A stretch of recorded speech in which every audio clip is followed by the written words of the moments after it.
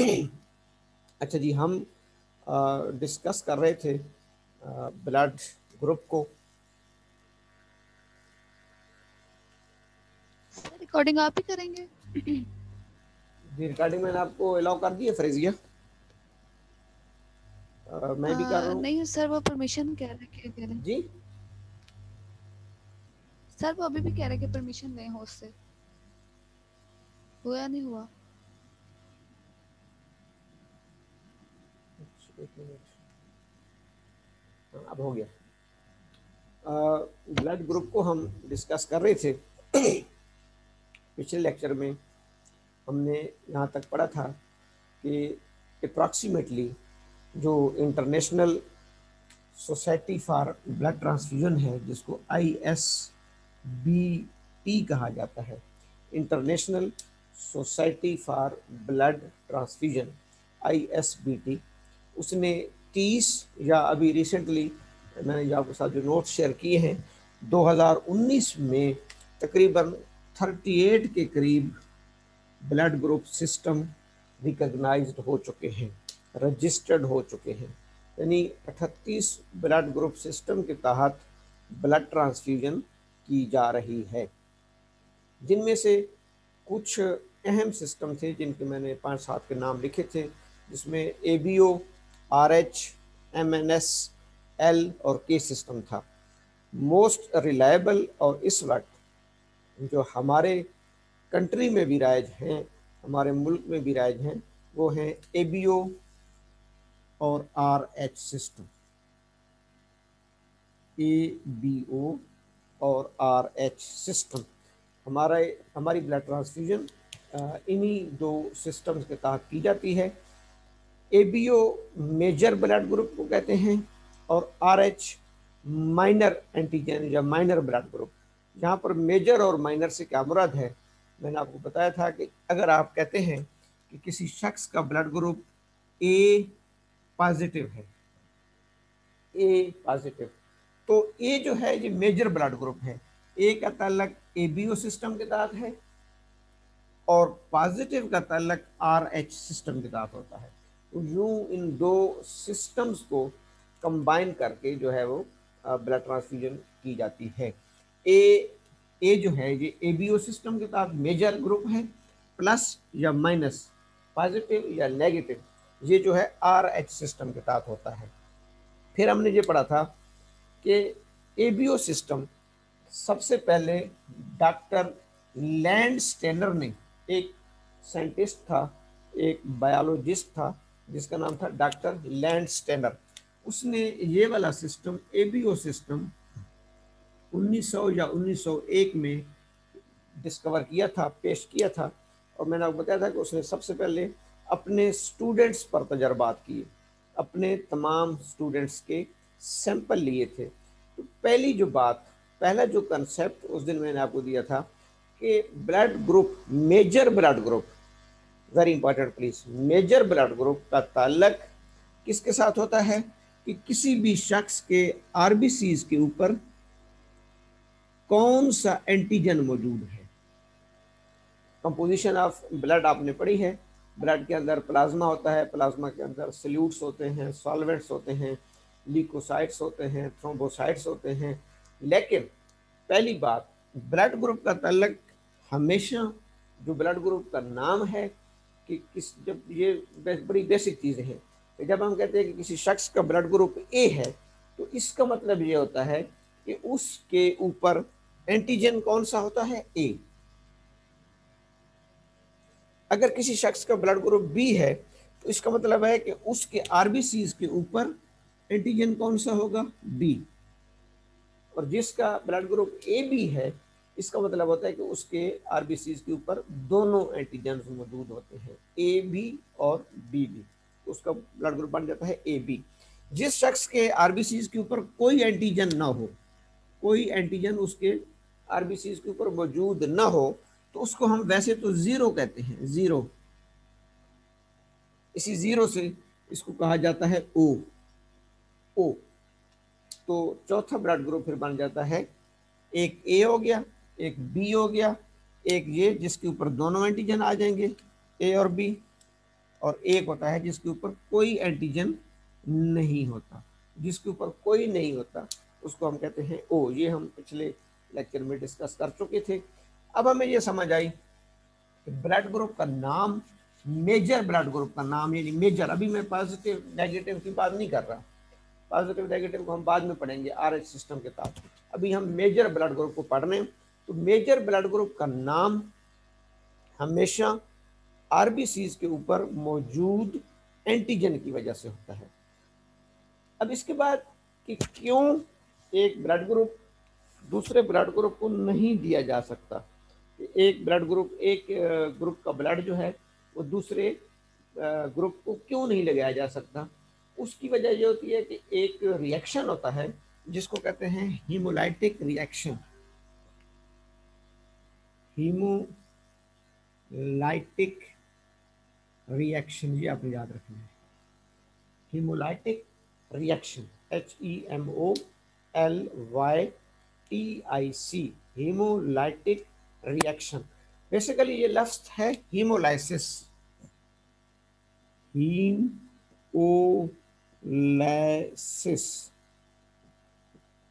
Haemolysis, haemolysis से ये लफ्ज है हीमोलाइटिक रिएक्शन। हीमोलाइसिस का मतलब होता है डिस्ट्रक्शन ऑफ आरबीसीज। हीम वैसे ब्लड को कहते हैं, यहाँ पर ब्लड से मुराद जो है वो क्या है, आरबीसीज। तो haemolytic, haemolysis, haemolysis destruction of RBCs, RBCs का टूटना, आरबीसीज का डिस्ट्रॉय होना, आरबीसीज की तोड़फोड़, ये तमाम इस किस में आते हैं, हीमोलाइसिस में। एक्चुअली अपोजिट ब्लड ग्रुप में, यानी ए का ब्लड ग्रुप अगर आपने बी को दे दिया या बी का ए को दे दिया, पहले मैं सिर्फ इन्हीं दोनों की जिक्र कर रहा हूँ, तो उसमें प्रॉब्लम क्या होती है, प्रॉब्लम ये होती है कि वहाँ पर हीमोलाइसिस शुरू हो जाता है, आरबीसीज की तोड़ फोड़ शुरू हो जाएगी अगर इनकम्पेटिबल ब्लड ग्रुप या अपोजिट ब्लड ग्रुप जो है वो लगा दिया जाए। अब ये हेमोलाइटिक रिएक्शन है क्या? Hemolytic reaction may be defined as, hemolytic reaction may be defined as an antigen antibody reaction. Hemolytic reaction may be defined as an antigen antibody reaction. An antigen antibody reaction.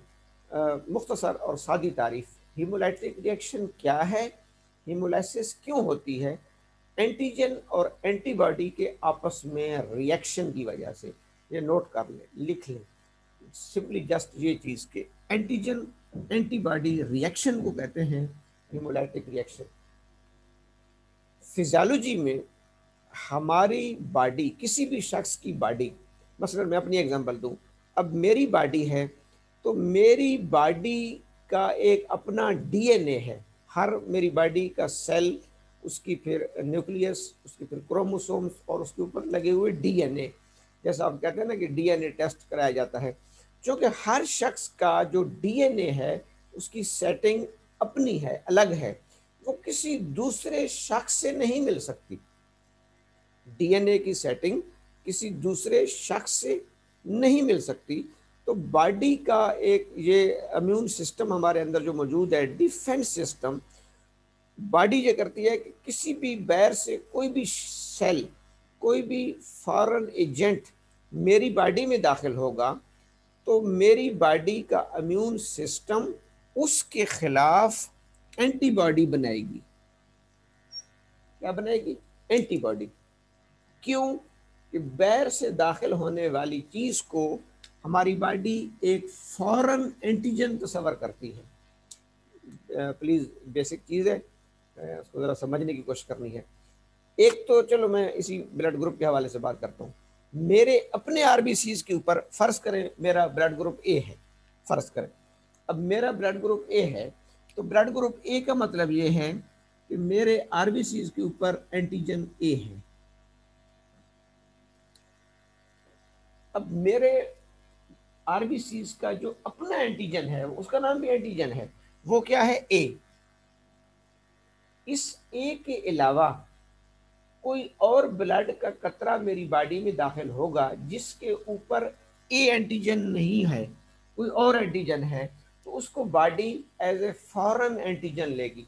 जैसे हमारे मुल्क में मैं आपको बताऊँ कि कोई भी बैर का बंदा आता है, मसलन कोई सऊदी अरब से बंदा आया, कोई इंग्लैंड से, 1000 बंदे में हम पहचान जाते हैं कि ये बंदा पाकिस्तान का तो नहीं है, ये बैर से आया हुआ है, ये फॉरनर है, जिसे हम नहीं कहते, ये फॉरनर है। तो बॉडी का इम्यून सिस्टम हर वक्त इस तलाश में रहता है कि कोई फॉरनर, कोई फॉरेन एंटीजन तो बॉडी में नहीं दाखिल हुआ। जब भी कोई फॉरेन एंटीजन से मुराद ये कि जो उसकी अपनी बॉडी का हिस्सा नहीं है, जो पहले उसकी अपनी बॉडी में मौजूद नहीं है, वो बैर से दाखिल हुआ, बैक्टीरिया भी हो सकता है, वायरस भी हो सकता है, या इसी तरीके से कोई एंटीजन हो सकता है, उसको हमारी बॉडी फॉरेन एंटीजन तस्वर करेगी।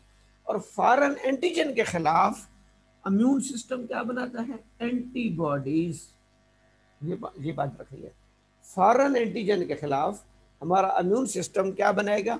एंटीबॉडीज। और फिर वो एंटीबॉडीज उस फॉरेन एंटीजन के खिलाफ रिएक्ट करेंगी और उस फॉरेन एंटीजन को डिस्ट्रॉय कर देंगी, तबाह कर देंगी। अब फर्ज करें कि मेरा ब्लड ग्रुप तो ए था, मेरे आरबीसी के ऊपर ये वाला एंटीजन है। अगर मुझे किसी बी ग्रुप वाले शख्स का ब्लड लगाया जाए, तो जो ब्लड मुझे लगाया गया बी ब्लड ग्रुप बी वाला, उसके आरबीसी के ऊपर क्या है? ये वाला एंटीजन है, मुख्तलिफ एंटीजन बी। अब जब ये बी वाला एंटीजन, बी वाला आरबीसी मेरी बॉडी में दाखिल होगा, तो मेरी बॉडी का जो प्लाज्मा है, प्लाज्मा, वो इसके खिलाफ एंटीबॉडीज बनाएगा, क्योंकि ये फॉरेन एंटीजन है। मेरी बॉडी का प्लाज्मा इसके खिलाफ क्या बनाएगा? एंटीबॉडीज। और फिर इसको क्लम्प कर देगा, इस पूरे आरबीसी को क्या कर देगा? डैमेज कर देगा। इसको कहते हैं haemolytic reaction, antigen antibody reaction. अब जो याद रखने वाली बात है वो ये है, एम पॉइंट, एंटीजन हमेशा, एंटीजन किस पर होता है? आरबीसी के ऊपर। ये भी नोट कर लें प्लीज, एंटीजन हमेशा ब्लड ग्रुप का किस पे होता है? आरबीसी के ऊपर। लेकिन एंटीबॉडीज कौन बनाता है? प्लाज्मा, सीरम, प्लाज्मा, या जिसको सीरम कहते हैं। एंटीबॉडीज कौन बनाएगा? प्लाज्मा या सीरम। तो पहला एक कॉन्सेप्ट, एक तो मैंने पिछले लेक्चर में आपको बताया था कि ब्लड ग्रुप का नाम, मेजर ब्लड ग्रुप का नाम किस वजह से होता है? आरबीसी के ऊपर मौजूद एंटीजन की वजह से। हेमोलैक्टिक रिएक्शन किस किस के दरमियान होता है? आरबीसी और प्लाज्मा के दरमियान, एंटीजन और एंटीबॉडीज के दरमियान। तीसरी अहम चीज कि ये जो हेमोलैक्टिक रिएक्शन होता है या जो एंटीबॉडीज बनती हैं, वो हमेशा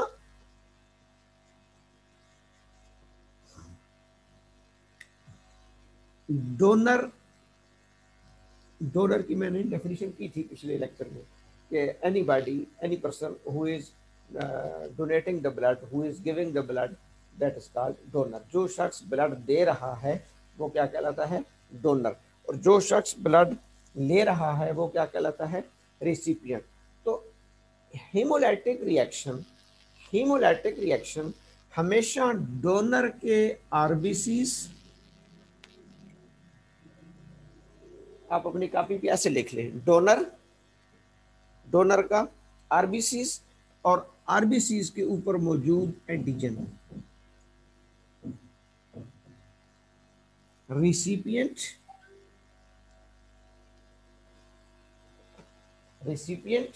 रिसिपिएंट का प्लाज्मा, एंटीबॉडीज।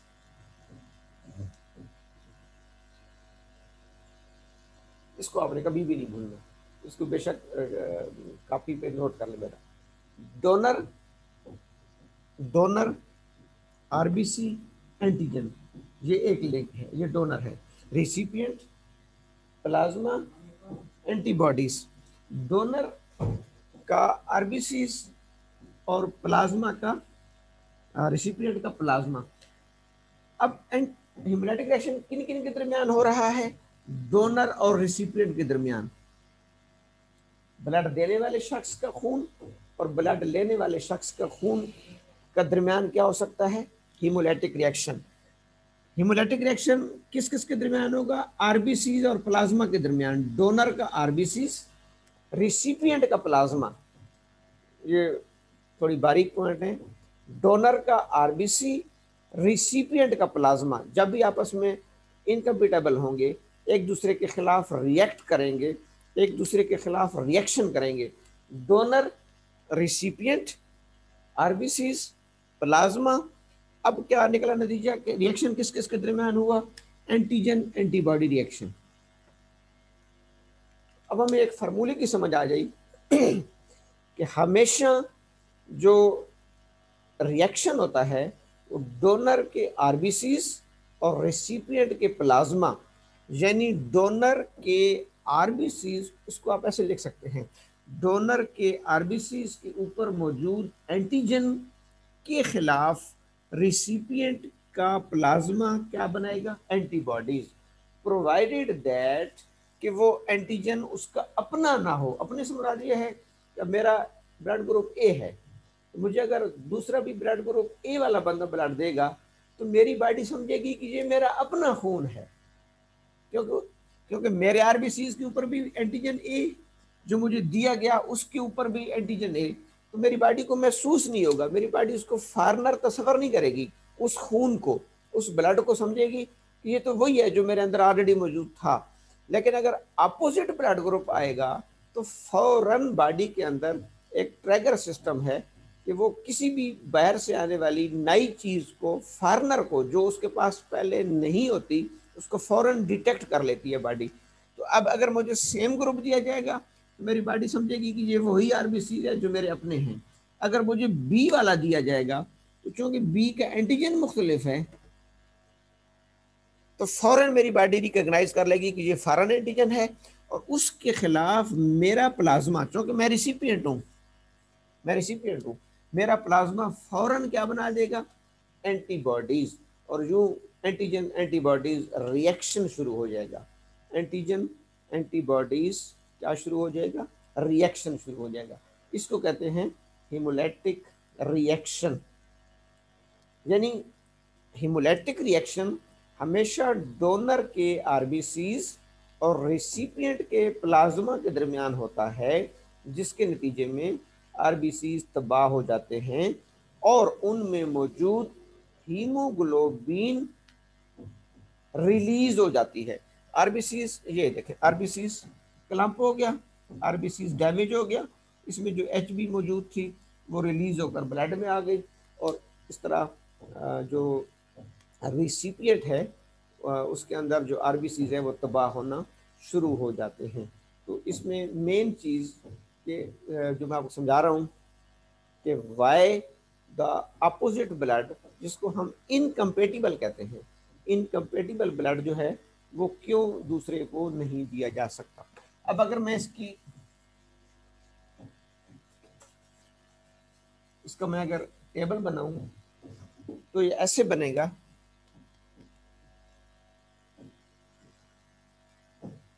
ब्लड ग्रुप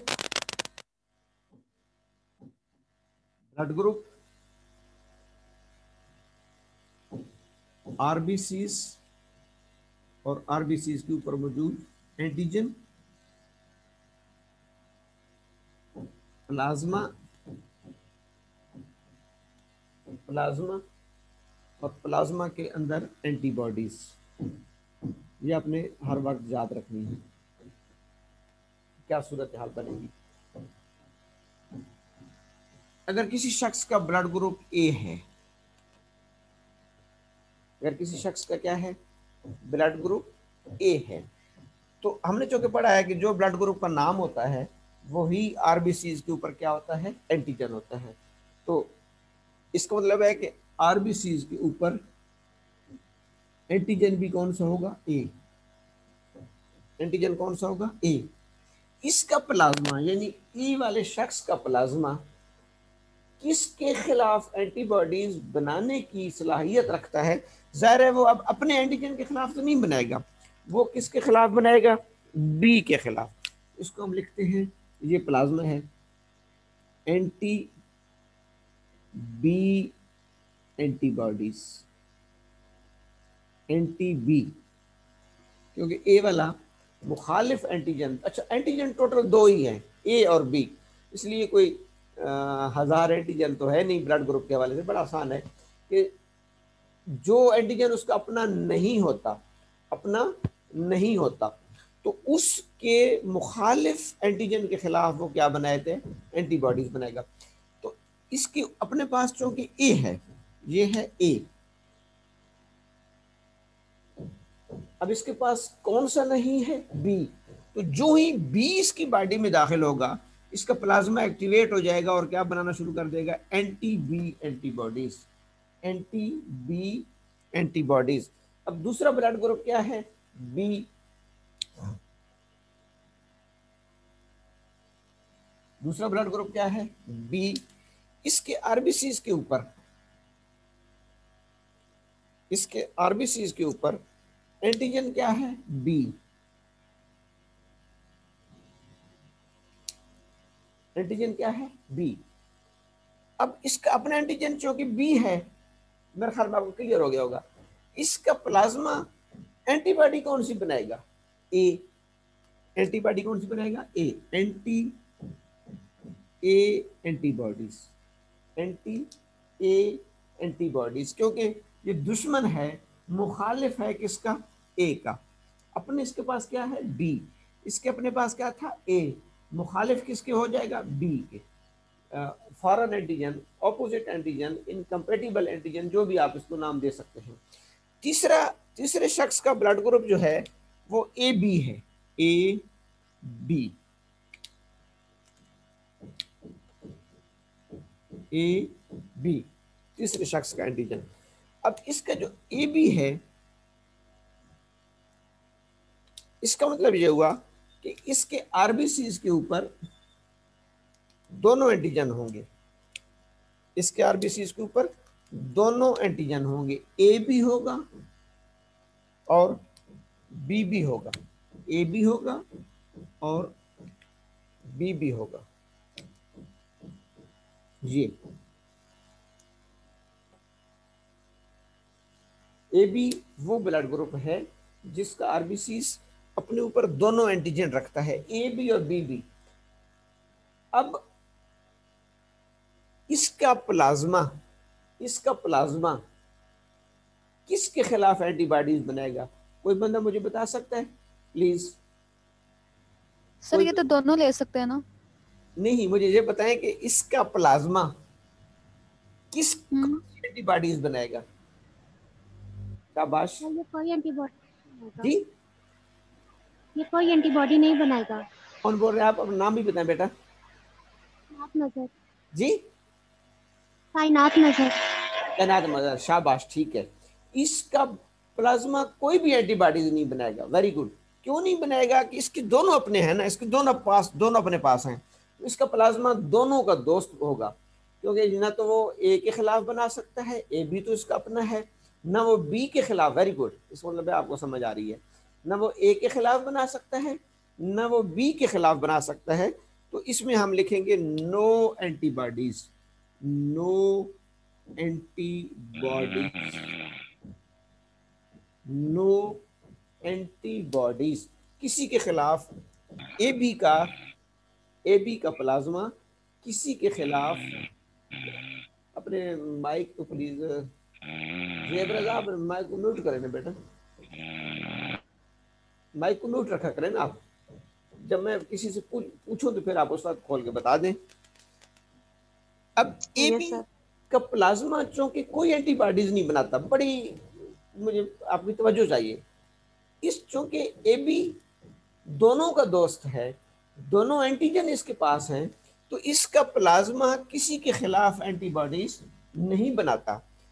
तो यही वजह है कि ए बी को हम कहते हैं यूनिवर्सल रिसिपिएंट, कि इसको अगर ए वाला शख्स ब्लड देगा तो भी दे सकता है, क्योंकि इसका प्लाज्मा उसके खिलाफ नहीं जाएगा। अगर बी वाला शख्स इसको ब्लड दे तो भी दे सकता है, क्योंकि ये बी के खिलाफ भी नहीं बनाएगा। और ए बी वाला शख्स तो वैसे इसका अपना हो गया। तो अब देखें, और अब चौथे पे भी मैं आता हूँ। फिलहाल हम 3 ग्रुपों को डिस्कस कर रहे हैं, ए बी और ए बी।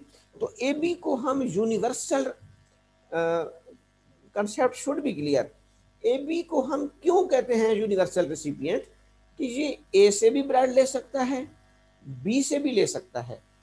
ए भी इसके पास है एंटीजन, बी भी इसके पास है, तो इसका प्लाज्मा किसी के खिलाफ एंटीबॉडीज नहीं बनाएगा। चौथा जो ब्लड ग्रुप है वो है ओ। ओ ओ अब मुझे बताएं कि ओ के आरबीसीज के ऊपर कौन सा एंटीजन होगा? Anybody please. ओ के ऊपर, ओ के सर आरबीसी, इसके ऊपर कोई एंटीजन नहीं होता। कौन बोल रहे हैं? सर इसके ऊपर कोई एंटीजन नहीं होगा। कौन बोल रहे निशा हैं? जमील। जी शाबाश निशा, वेरी गुड, ठीक है। और निशा जमील जी, और एनीबॉडी कोई? तमाम इस बात पे सर ये बनाएगा। तमाम इस बात पे मुत्तफिक हैं कि कोई एंटीजन नहीं होगा? जी, तमाम आप इस बात पे मुत्तफिक हैं कि इस पे कोई एंटीजन नहीं होगा ना? सर ठीक है, इसलिए यस सर। वेरी गुड, यहाँ पर हम लिखेंगे no antigen, no antigen, no antigen, क्योंकि ये खाली है, जीरो है, जीरो, इसलिए इसको ओ कहते हैं ना, जीरो की वजह से। अब मुझे ये बताएं कि इसका प्लाज्मा कौन सी एंटीबॉडीज बनाएगा? शाबाश। सर ये दोनों एंटीबॉडी और एंटीबॉडी बी। कौन बोल रहे हैं? कैनात बोल रही हैं? B sir. जी शाबाश। Anybody other? सर ये यूनिवर्सल डोनर होते हैं ना? B sir. अभी आप मुझे ये बताएं कि इसका प्लाज्मा कौन सी एंटीबॉडीज बनाएगा? B sir, B. कौन बोल रहे हैं? सर किंजा। किंजा बी बनाएगा, तो इसके पास तो फिर ए क्यों नहीं बनाएगा? सर दोनों बनाएगा जी, ए बी दोनों नो सर, इसकी कोई एंटीबॉडीज नहीं बनाएगा। कोई एंटीबॉडीज नहीं बनाएगा। शाबाश शाबाश। मुझे सिर्फ ये बताएं, इसके ऊपर कोई एंटीजन नहीं है, इसके अपने पास कोई एंटीजन नहीं है। टोटल एंटीजन 2 हैं, ए और बी, कोई 1000 नहीं है। टोटल एंटीजन ए और बी 2 हैं, इसके अपने ऊपर कोई एंटीजन नहीं है। आप मुझे बताएं एंटीबॉडीज कौन सा बनाएगा? एंटीबॉडीज का रूल ये होता है कि जो एंटीजन उसके पास नहीं होता, देखे ना, इसके पास ए था, इसने बी के खिलाफ बनाई, इसके पास बी था, इसने ए के खिलाफ बनाई, जो इसके पास नहीं होता एंटीजन। उलट इसके पास चूंकि दोनों थे, इसने कोई एंटीबॉडीज नहीं बनाई। अब इसके पास दोनों नहीं है। एनीबॉडी मुझे बताया कि इसका प्लाज्मा एंटीबॉडीज कौन सी बनाएगा? सर ये इसको जो भी ब्लड ग्रुप लगेगा, इसको जो भी ब्लड ग्रुप लगेगा वो उसी का एंटीजन इसके साथ फ्रेंडली हो जाएगा। ब्लड ग्रुप को तो वही एंटीजन इसके साथ। ब्लड ग्रुप को छोड़े, लगने को छोड़ें, मुझे सिर्फ इस रूल के तहत बताएं कि ब्लड ग्रुप ए का अपना एंटीजन है ए। सर नहीं बनाएगा। जी नहीं बनाएगा सर, कोई भी एंटीजन नहीं बनाएगा। एंटीबॉडीज सर इसका एंटीजन नहीं है तो एंटीबॉडीज कहां से बनाएगा? मैं एंटीबॉडीज पूछ रहा हूँ कि blood group A, blood group O का प्लाज्मा कौन सी एंटीबॉडीज बनाएगा, या कोई भी नहीं बनाएगा? ए बी वाला तो कोई भी नहीं बनाएगा, क्योंकि उसके पास 2 एंटीजन है। फिर सोचें, सर ये भी कोई भी नहीं बनाएगा। कोई भी नहीं बनाएगा। सर ये यस सर। ए बी दोनों बनाएगा। फिर तो ये बराबर हो जाएंगे। जी? सर ए बी दोनों बनाएगा। सर ए बी दोनों बनाएगा। कौन बोल रही है? सर ये दोनों बनाएगा, ए और बी दोनों बनाएगा सर। कौन बोल रही है? किंजा बशीर। मरियम नाज। शाबाश शाबाश, वेरी गुड। चलिए, अब कुछ ने ठीक कहा, 3-4 ने। ये बेटा दोनों बनाएगा, दोनों। ये एंटी ए भी बनाएगा, एंटी ए भी बनाएगा और एंटी बी भी बनाएगा, क्योंकि इसके पास चूंकि कोई एंटीजन नहीं है, तो अगर ए वाला ब्लड इसको जाएगा तो उसके खिलाफ भी रिएक्ट करेगा, बी वाला ब्लड इसके पास जाएगा तो उसके खिलाफ भी रिएक्ट करेगा। अब समझ आ गई? जी सर। कुछ क्लियर हुआ? हाँ, इसको जी सर। इस टेबल को बना लें और फिर आप अलग बैठ के फिर उसको सोचें। अब देखें, इसको यूनिवर्सल रिसिपिएंट हम इसलिए कहते हैं, टाइम भी कम रह गया है, 4-5 मिनट रह गए हैं। ए बी को रिसिपिएंट हम इसलिए कहते हैं, ए बी को रिसिपिएंट हम इसलिए कहते हैं कि ए वाला ब्लड भी इसको जा सकता है, जा सकता है ना, क्योंकि इसके पास कोई एंटीबॉडीज नहीं है। बी वाला ब्लड भी इसको जा सकता है, क्योंकि ये बी के खिलाफ भी एंटीबॉडीज नहीं बनाएगा।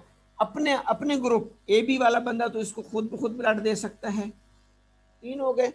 ओ वाला भी इसको ब्लड दे सकता है। क्यों? कि हमने पढ़ा था कि हेमोलाइटिक रिएक्शन डोनर के आरबीसीज और रिसिपिएंट के प्लाज्मा के दरमियान होगा। डोनर है ओ के पास एंटीजन ही कोई नहीं। जब डोनर के पास एंटीजन ही कोई नहीं तो रिएक्शन खत्म हो जाएगा, रिएक्शन होने का चांस ही कोई नहीं। So that's why O is called universal donor. इस वजह से ओ को कहा जाता है यूनिवर्सल डोनर। अब ये ओ वाला भी ए बी को ब्लड देगा तो रिएक्शन नहीं होगा, क्योंकि इसके पास एंटीजन नहीं है, कोई भी एंटीजन नहीं है। तो अब देखिए, तमाम ब्लड ग्रुप इसको जा सकते हैं। जब तमाम इसको जा सकते हैं तो इसलिए इसको कहते हैं यूनिवर्सल रिसिपिएंट, यूनिवर्सल रिसिपिएंट। और ओ को यूनिवर्सल डोनर क्यों कहते हैं? इसलिए कि हमने पहले एक फार्मूला पढ़ा था कि रिएक्शन हमेशा डोनर के आरबीसीज, इस बात को नहीं भूलना, रिएक्शन हमेशा डोनर के आरबीसीज और रिसिपिएंट के प्लाज्मा के दरमियान होता है। तो डोनर का एंटीजन है ही कोई नहीं, डोनर के पास, डोनर अगर ओ होगा तो उसके ऊपर एंटीजन है ही कोई नहीं, तो हेमोलाइटिक रिएक्शन का एक चैप्टर क्लोज हो गया, क्योंकि डोनर के पास एंटीजन ही कोई नहीं, तो रिएक्शन नहीं हो सकता। तो यही वजह है कि ये जो ब्लड ग्रुप ओ है, ब्लड ग्रुप ओ, मैं अब ये निशान लगा रहा हूं, ये ए को भी ब्लड देगा, ए को भी। एंटीबॉडीज तो हैं लेकिन एंटीजन नहीं है, रिएक्शन नहीं होगा।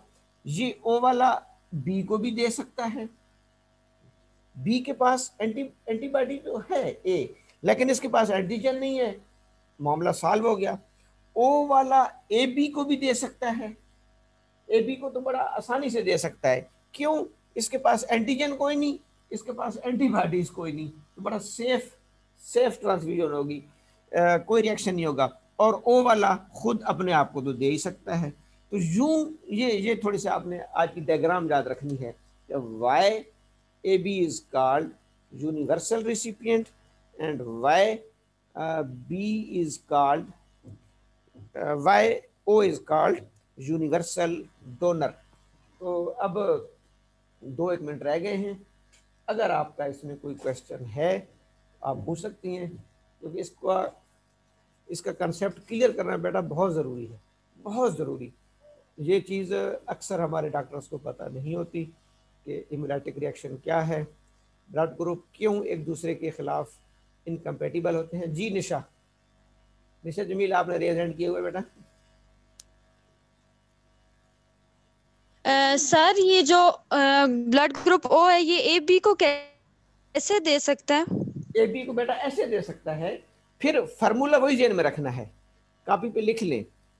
डोनर का एंटीजन और रिसिपिएंट की एंटीबॉडीज, सामने लिखा हुआ है फार्मूला, कहीं फार्मूला लिख लेना। डोनर का एंटीजन और रिसिपिएंट की एंटीबॉडीज मुखालिफ नहीं होनी चाहिए। डोनर है ओ के पास एंटीजन है ही कोई नहीं, रिसिपिएंट है ए बी के पास एंटीबॉडीज कोई नहीं, no antigen no antibodies, there will be no haemolytic reaction. बात कुछ क्लियर हुई निशा? Yes sir. हो गई क्लियर? हाँ जी जी सर। Very good. बस आपने ना इस एक लाइन को याद रखना है कि डोनर का एंटीजन और रिसिपिएंट की एंटीबॉडीज आपस में मुखालिफ ना हो, आपस में इनकम्पेटिबल ना हो। देखें ना, ये ए है, ब्लड ग्रुप ए है। अगर मैं बी को दूंगा तो ये देखिए ए एंटीजन, इसके आगे क्या लिखा हुआ है, एंटी ए, उसको मार देगा। अगर मैं बी वाला ब्लड ए को देता हूं तो ये देखें बी के ए के पास जो प्लाज्मा है उसमें क्या लिखा हुआ है, एंटी बी। एंटी बी का मतलब ये इसको फौरन क्लम्प कर देगा। तो ये चीज़ आपने ध्यान में रखनी है। ये डायग्राम बना लें और ये फार्मूला ध्यान में रख लें। डोनर का एंटीजन और रिसिपिएंट की एंटीबॉडीज आपस में मुखालिफ नहीं होनी चाहिए। 2 मिनट हैं, मैं बल्कि अब तो ख़त्म हो गया टाइम। चले नेक्स्ट में आपको बताऊंगा। अगर इसमें फिर भी कोई कन्फ्यूजन हो तो आप पूछ सकती हैं। CR and VCR, please take accurate attendance. Kinzer Bashir, आप फर्स्ट ईयर की अटेंडेंस ले लें। इंशाल्लाह फिर हम नेक्स्ट जो है ओके सर, ले लिए। इसको अभी आप अकेले बैठ के ना आज सोचना है, इस पे ज़रूर सोचना है। और जहाँ पे आपको कन्फ्यूजन हो आपने मुझसे पूछना है कि हमें यहाँ पे सर प्रॉब्लम